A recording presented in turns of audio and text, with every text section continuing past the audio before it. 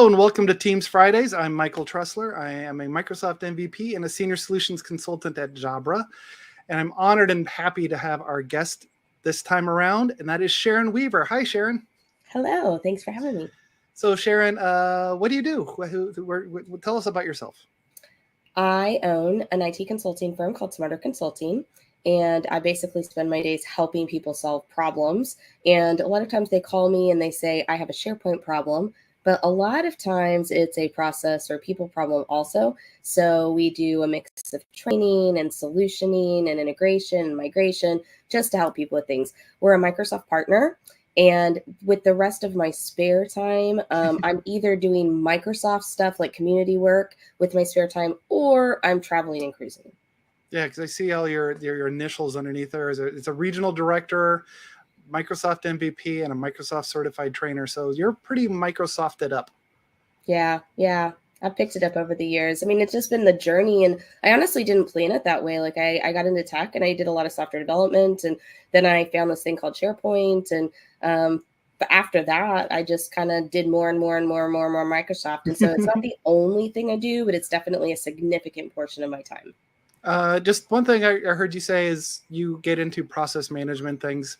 That came as part of the SharePoint part, because you can't really roll out SharePoint until you understand what the process is that you're trying to put into SharePoint. Is that kind of how that worked? Yeah, I mean, well, my background is software development and customer support and training, and I always loved process. And along the way, one of the places I was working offered a Lean Six Sigma training program, and so during that program, I got my Six Sigma black belt. And that's not underneath your name. No, it's not my. Yeah, it's on other places, but not on here.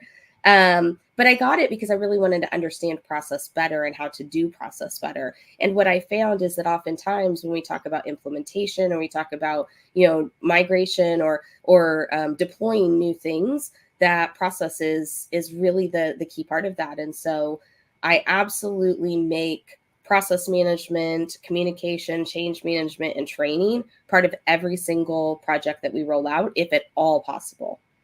By the way, I'm going to step away for a second because see this little red thing that's disturbing my background? Do you see the red and white there? Mm-hmm. That's my Taylor Swift cutout, and there's nothing wrong with a single male having a full-size Taylor Swift cutout. I need to go move Taylor. Taylor's trying to photobomb you.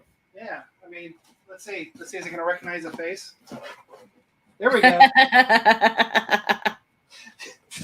All right. And I usually show my office background, except Enterprise Connect is coming up next week, and everybody ships things to me from around the States because then I drive it over. That way it avoids that. There's a million things in the hotel, and it all got shipped to the hotel, and now we have to wait at the booth for our turn for things to come from storage and all that. So we ship it here, then I rent a big car and drive it over. So I don't want to show my background. Plus, we got the Teams Fridays thing in case you don't know what show you're watching. Nice. All right. So another couple things about you. You organized a cruise. I did the very first M365 community days at sea. So how many people showed? How many people were like, what would make a cruise better? Nerding out about Microsoft stuff. So how many people? Which, by the way, we talked before this aired. Yeah, that's what's going to get me to finally take a cruise for the first time in my life is having some nerd out time. How many people showed up, and what happened? So I thought this would be a cool idea. I've had a lot of people ask me over the years, can you do this? Can you do this? And I actually had just started to organize one in 2019, and I rolled out the website in 2020 for people to express interest in it and sign up. And then, we stopped cruising for a few years.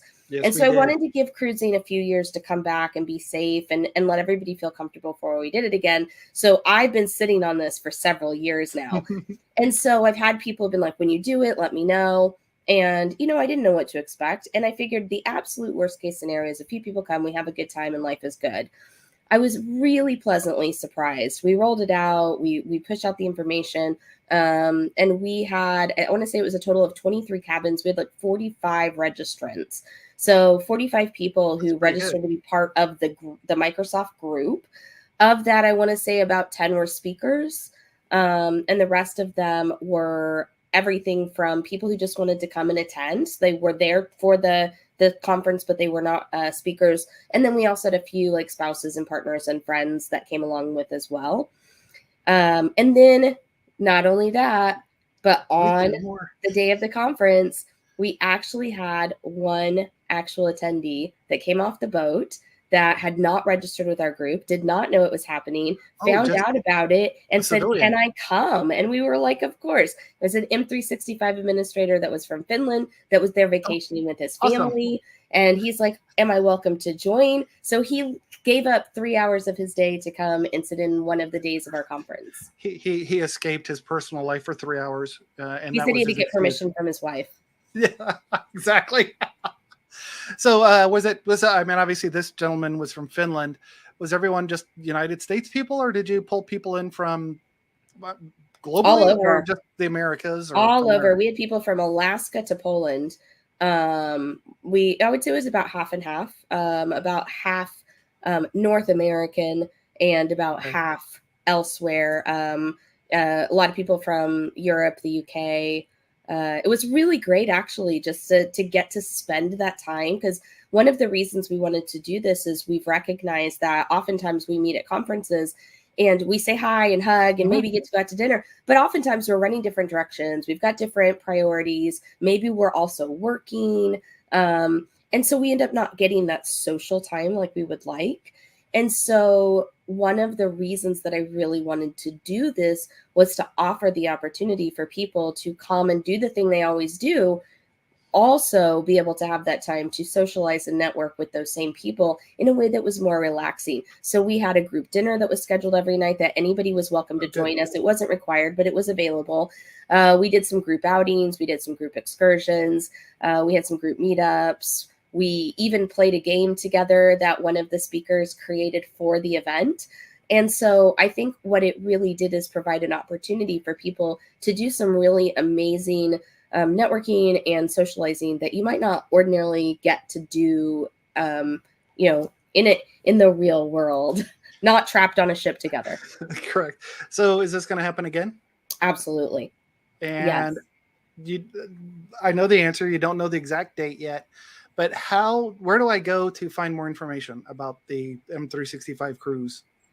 That is an excellent question. And I can't remember off the top of my head what the bit.ly is. It's M365 cruise 2025 sign up form or something like that. Follow Sharon Weaver like on the LinkedIn. Worst salesperson ever. Follow Sharon Weaver on LinkedIn and she'll post about it. And then follow me if you don't. Follow me and I will repost it because I think I'm going this time. It'll be the M365 Community Days at Sea is what the name will be again. And it'll be, I don't think we'll have another one in 2024 because you have to book it so far in advance. So we're looking at 2025 dates. I'm looking at ships that have availability. And as soon as I get one. I'm not taking a cruise next year. I'm taking a cruise in 2 years. No, this is 2024. When did that happen? Is that because of the time zone changes? The daylight savings time? Did we switch years? Yes, daylight savings time. It is now 2024. Okay, cool. Yes. So I'm taking a cruise next year then. Yes, next year. Okay. Yes. So as soon as I have the date confirmed, I will roll it out, and I'm sure that the information will be out there somewhere. All right. Among all these other things, you're also some kind of role of women in teams. Is that the name of the group? And what's your role with women in teams? Yeah, I just help organize it. I wouldn't say that I have any necessarily any fancy title or role, but I work with a group of other women, and that group has changed over the last few years, and we basically work together to make sure that a Women in Teams meeting is scheduled every month so that you can come and join and hear information about women. Our goal is to have a woman who works at Microsoft and a woman who works in the community and technology to speak. Sometimes we only have one person, but we make sure there's something every single month for somebody to promote out. Now, if I saw the picture correctly, there was one in Teams with a lot of women at like a bar or a restaurant or whatever. Was that a Women in Teams meeting that I saw? Do I remember that correctly? Yeah, we do meetups. So Joy and I have worked with that group for a long time, and so what a lot of times what we will do is if we are at a conference, we will do a pop-up Maybe we'll do a Okay. meetup. Maybe we'll do a pop-up nail bar. You just never know what we'll be doing when we're there. I'll put But meal we want bar, to do sure. something fun for women to make them feel special. And by Joy, you mean Joy Apple. Joy Apple. Okay, just making sure for people who don't know, when you say Joy, who that is. She did say she'd do a Teams Fridays last year, and I got to hit her up again and go like, are you still ready to talk to us? So the Women in Teams, just to clarify for listeners and viewers, is it's a virtual meeting every month with occasional physical meetups at events. Correct. Yeah, it's a virtual meetup that's in Teams. It's in the Microsoft Community tenant. And then the meetups are 100% just organic. And it was really just because Joy Apple and I happen to be at the same conferences. And so we just decided to do something fun to promote it. But yeah, we meet monthly, and it's on Facebook, LinkedIn, Twitter. And you could always follow me to find out more information. Yep. Okay, so here's the hard, stupid question of the day. As a male, I don't think there's a men in Teams. So why do we need? This is a misogynistic question. Why do we need a women in Teams? No, Women I are think like, and I'll just give some backstory. I'll explain why this is such a horrible question. Or actually, I'm going to answer it for you because it's such a great answer I'm about to give. When I've got my degree in software engineering from Ball State, 1993, and software engineering is learning how to program. And there were like 30 guys in my class and one woman. And since then, and only guys played video games and all that. I have now observed, now that I'm 30 years past my degree in college, I see a lot more girls. It's like socially acceptable now for girls to nerd out or geek out, whatever you want to call it. So we have a whole generation now that are growing up where being in software and IT is normal. So one, that probably answers part of the question, but also raises the question, why do we need women's in teams since it's now normalized, or is it not, for women to be in technology? No, I think it's a great question. I do think it's better. And I joke that it was always me and 30 dudes. So I was that one girl, and the rest of it was typically men. It is better than it was. We're up to an absolute astounding rate of about 27% of technology jobs are filled by women. So we're getting up there. Like, it may feel like there's a lot of women, but that's because there's no longer one. Now correct. It's no longer 95%. Now there's 5 instead of 1. Right. So you're just surrounded by women everywhere. No, it is better than it was. It's definitely not equal. It's not to the point that it's 1 for 1. It typically runs about 1 to 4, 1 to 3. In a really good scenario, 1 to 5 on average.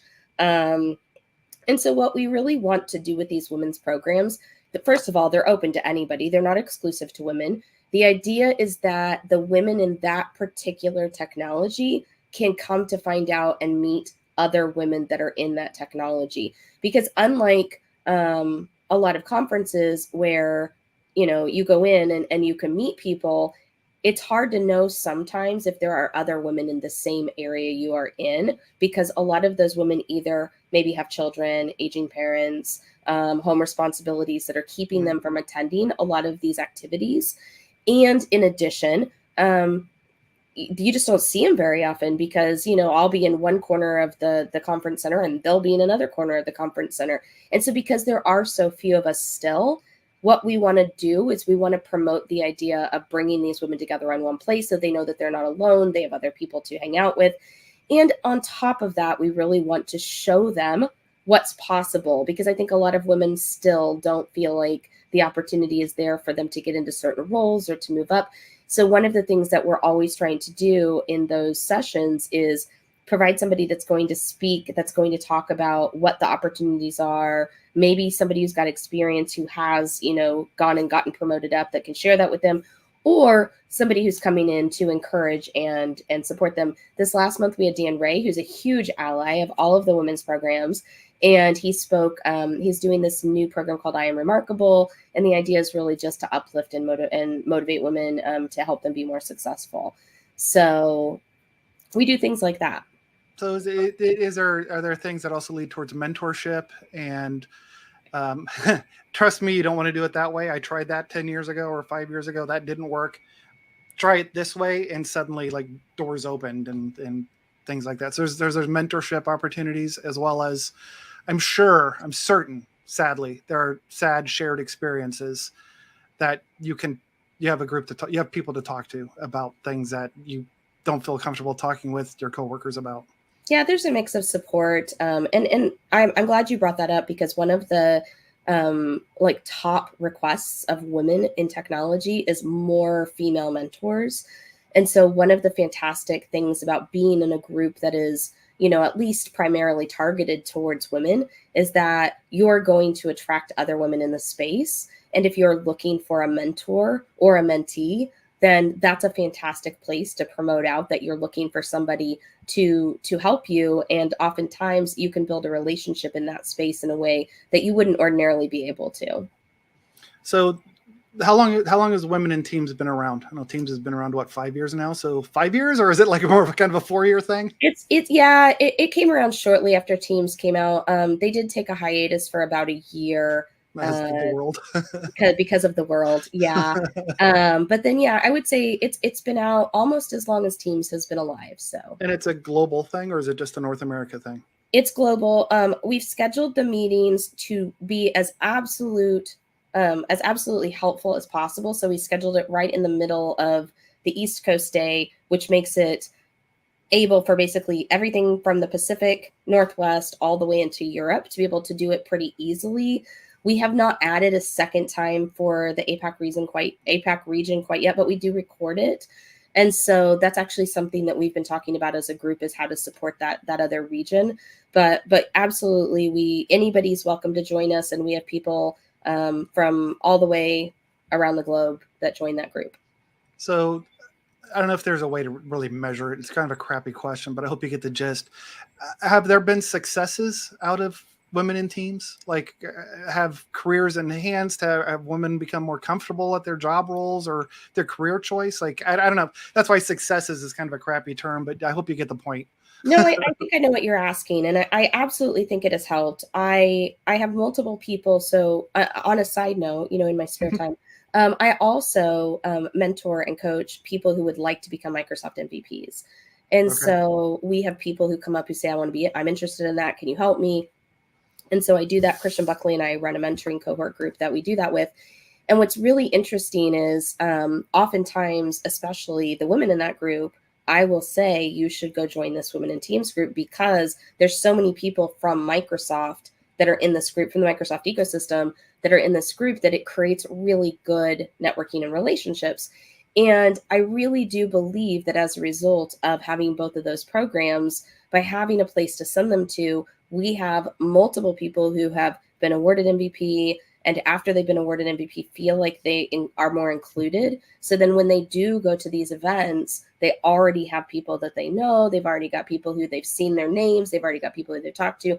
And many of these people have become friends offline, outside of these other groups. Right. So I think it's not even just that this is the place. It's one of the places that people can go to build those relationships, to get that information, and to find out what's going on in the Microsoft ecosystem. So I absolutely think that we're getting success out of doing it.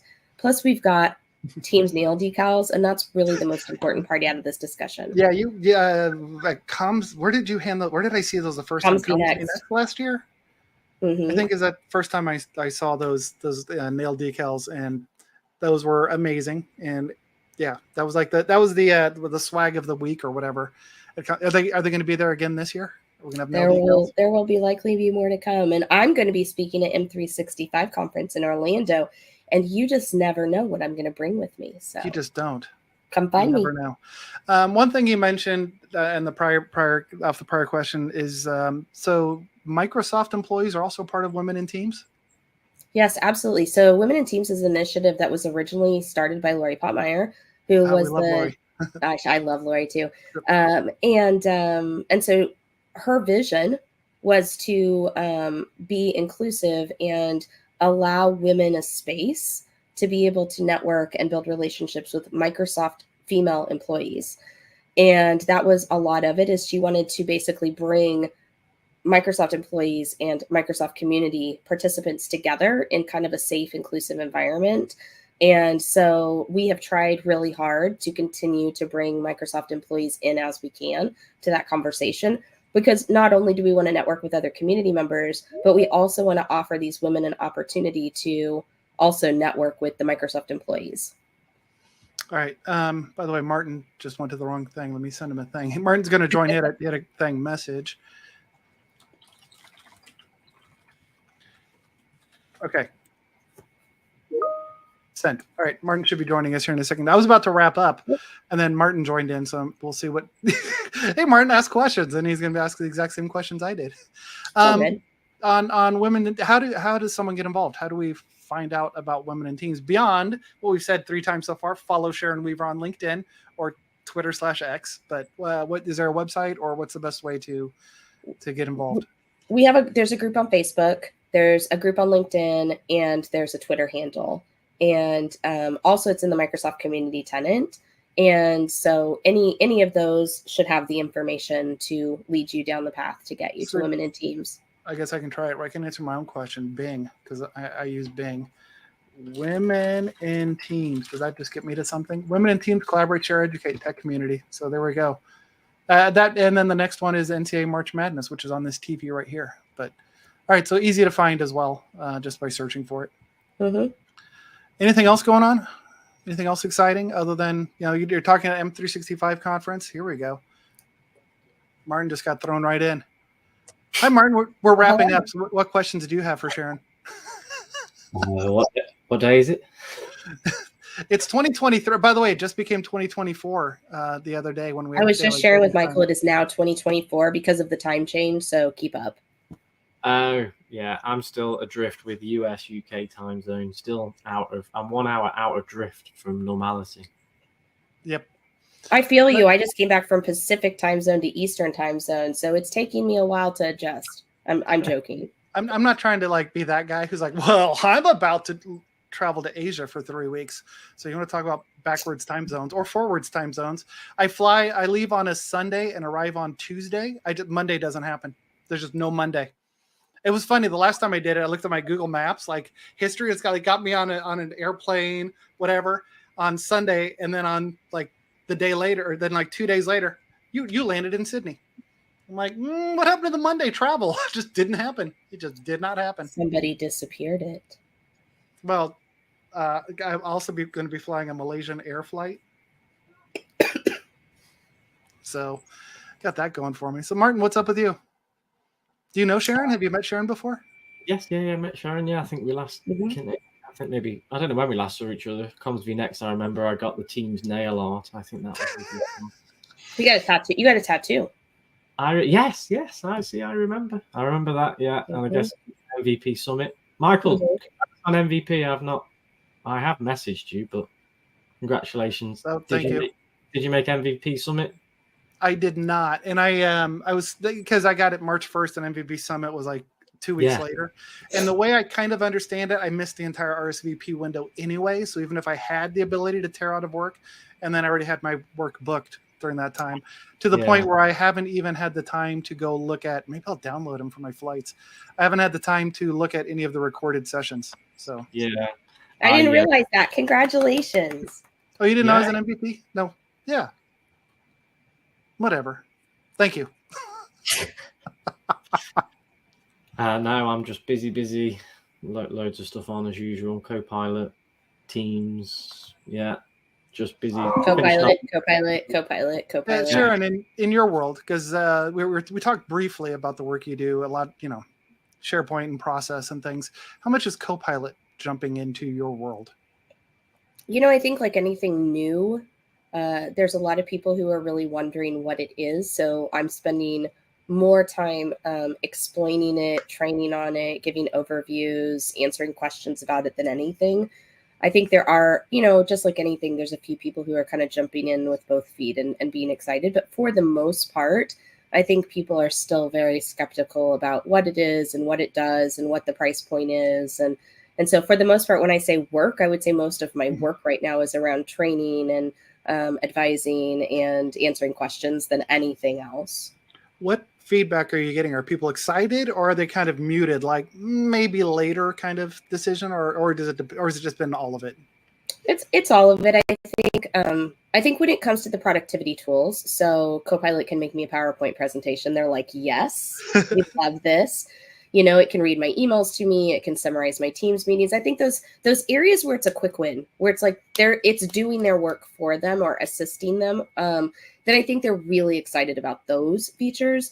But when it comes to areas that are a little bit more logistical, so we think about like Power Automate, Copilot for Power Automate, and the struggle that's happening there with the fact that it can help you at a minimal level, but it's still not like quite there to really understand all the logic that's behind it. Then I think people are a little more nervous about, well, it's a great idea. And once it can kind of do some more things, maybe I'll be interested. So, I mean, I don't really want to call it a toy, but, at the beginning, all technology is just kind of really cool in theory. And there's some quick win things that you can get out of it. But then ultimately down the road, you take those things and it turns into something that's a little bit more elaborate. So I think people are really excited about those quick wins right now. But I think the rest of it is very far off and foreign to most of them. Yeah, I read a newsletter for reasons, and I did an interview on Teams with transcription specifically because I wanted Copilot to write the majority of the article. And it did fairly well. It made up some things.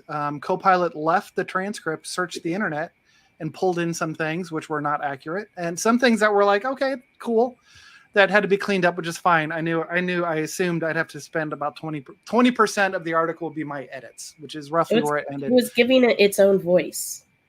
Well, I almost said, because I have enough blog articles out there, like in the voice of flinchbot.com, and then parse all my articles, come up with a voice and redo it. But I figured it wouldn't go that far. What was the only disappointing part is it was such a long, wide-ranging interview that it was kind of limits to it 1,000 words. I'm like, I wanted like a 3,000 word article. I wanted because talked about his time in North Dakota and time in the military and like a lot of details. He's like the best guest because he just talked and talked and talked. And the summary just threw all that away. It has done a lot of travel. I'm like, because it's like it can't go more than 1,000 words. So I was hoping Copilot could give me some, because I wanted two versions. I wanted a short version to fit the newsletter and then a super long one to post online that he could then point people to. And so while I was not disappointed that for the newsletter specific purposes, it got 80% right. I did 20% edit, and it probably used more colorful language than I use because I'm in IT. So it's like, let's get to the facts. I was disappointed that I couldn't get that 3,000 or 4,000 word article out of it. Copilot in Teams is the biggest quick win I see. Customers kind of jump straight to intelligent meeting recap. Also part of Teams Premium for a shout out there, but just that people haven't seen and they're like, whoa, that's instant game changing, catch up recap on meetings in a whole new way of, instead of watching an hour recording 2 times speed, sort of listen, do something else. That recap is just awesome. And then add Copilot on top, create tables, draft emails, all from that meetings, write articles. You see the light bulb switch on then. And then you've got all the other use cases that you can use as well. But Teams is number one for me. Definitely my day to day. Yeah, the part of my Asia trip is we're going to do, I mean, obviously I work for Java, so we're pushing the intelligent speaker thing where it recognizes the voice of the speaker, which then adds to the transcript. Instead of like somebody in the conference room is speaking, it knows Sharon or Martin or Michael are the ones speaking. We're going to do live demos of the intelligent speaker and the transcript. And then the real, like, okay, cool. Like, that's technology. It's cool. Good job, Jabra. But it's like, what's the next step? So we're going to have Copilot. We're going to have Copilot up and running. And during the meeting, like, pause, Copilot, summarize the meeting so far. So I mean, we have a script. And our script is specifically not because you have to script a demo. It's to make sure that we are putting action items and we're putting some of those key business things in that Copilot can then summarize and be like, Martin Boehm agreed to buy donuts on Saturday. Like that is an actionable item. Show the features. Correct. And then hopefully we'll show then the Teams Premium meeting recap. So that's going to be the demo when I go to Asia, is literally showing Copilot on stage. So Martin, make sure Microsoft doesn't have a critical update in the month of April for Copilot. Critical, I mean, where it's like, oh, the service may be unreliable for the next hour as we push GPT-4 Super Turbo version out. Uh-oh. Martin just had to yell at the cat. I got mute. No, I was saying I'm just shouting back to the team there. Michael, no updates in April for Copilot, please. Correct. If you're going to do it in a different time zone than Asia Pacific. Sharon, anything else you want to talk about that you do or promote or anything, or have we covered them all? No, I think we've talked about most of them. I will be at Salt Lake City for the Collab Days Utah next. No, I'll be at North American Collaboration Summit next. Then I'll be at Collab Days Utah. Then I'll be at CommsV next. Then I'll be at M365 conference. All right. So, well, I will see you at CommsV next. And Martin, are you coming to CommsV next this year? No, I don't think so, I'm afraid. I've been out traveling to all these different events. And you have been quite... Yeah. You want to go home for a while? I've been doing the AI tour, and then a few other bits. So I'm having it's half term. And then that's next. Enterprise Connect's next week, isn't it? Yes, it is. It's half term with the kids and my son's birthday, so that's that one. And then no, I don't think I'll get to CommsV next. I'm catching up on all the work. Was trying to do events at the same time, and trying to use Copilot, of course, to help me do that. Yeah, is Copilot helping? Is Copilot helping you do your job, Martin? It is. Yeah, I asked it. It's funny. I asked it. Is it him? Is it her? I don't know. It could be an it. I asked Copilot. I was doing a demo, and I was like, write me a script for two people, one named Martin, one named somebody else. They're having a discussion about Copilot in Teams Phone, and it wrote me an awesome little script. Two people talking out. Even gave me an abstract. They're in the coffee house at the end. Yeah, awesome. There was my demo, and I'm talking between two people and recording our script. Done. I didn't have to write anything. Didn't have to look at anything. Literally within under a minute, I had a script written out, talking with two people, Copilot and Teams Phone. We recorded it, did the demo, done. And we even said Martin and the other person clinked their coffee cups at the end and said goodbye. That's so great. Yeah. And the abstract was talking in a coffee house about Copilot and Teams Phone. Right. It added in a little bit of humor and did its own little thing in there, and added in superheroes and being an AI wingman and all these things. It was quite comical. But again, you can edit it, build on it, but within a minute I had that script done and I didn't have to write anything. Yeah, just in a demo tenant, I don't have it on my work account, but in a demo tenant, someone sent me a PowerShell one-liner. So I asked Copilot just in general, duplicate, do this, and it found a couple duplicates and it made a simpler one-liner. So using straight up, write PowerShell for me. That is kind of a killer use case, especially I'm comfortable in PowerShell, but a lot of people are not. They're afraid of it. Mm-hmm. But if Copilot can give you functioning commands, and it's roughly English readable, you can read through it, and if it makes sense, go ahead and run it. And you've now written PowerShell, or you've used PowerShell to automate your job. So I think that's a huge use case for Copilot. Yeah, from the events we did, people asking questions about prompts. What's the best prompts? How do you use it? How do you use it in your day? I saw on LinkedIn today that someone's created Prompt Buddy. I shared it. Stuart, somebody else, Peter, I think. It's a Power App you can deploy. Really good in the Copilot Center of Excellence team that you create. It's a Power App, and you can, as a team or as an organization, share your prompts, store your prompts. He's done a video on YouTube. Nice. It looks awesome. So go check it out. I think it's called Prompt Buddy. So I'm sure it was somebody, Peter and Stuart, built this. Stuart's got it on his channel. That's awesome. And then I've created a monthly What's New in Copilot. Oh, is that also now What's New in CMD and What's New in Copilot? You've got two decks now that you... Two now. Two. I'm taking on the commitment of doing two every month. So What's New in Team CMD and then What's New in Copilot for Microsoft. And for those that don't know, CMD is calling meeting and devices. Yeah, I'm still calling it that, even though it should be maybe phone meetings and devices. Who knows? Right. Anything else? Anything else anyone wants to say or announce, or do we have a show? And I remember to hit record this time. I thought this was live. No. I mean, it is live. It is live. It's just not live on. We'll put it. Whatever. All right. Well, thanks a lot, Sharon. Thanks for your time. Thanks for educating us on women in teams and other things. And I look forward to seeing you at CommsV next. Same. And Martin, thanks for jumping in late. I know it's late in your evening, so maybe the That's kids are to bed. So instead of watching TV, you're hanging out with us.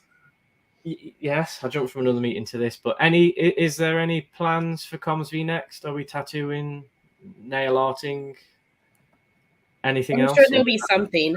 Something, okay. I'm sure there'll be something. So definitely No, she's not slipping. There's something new coming, but she's not leaking anything. Copilot nail art. Exactly. All right. Well, thanks, Sharon. Thanks, Martin. Bye.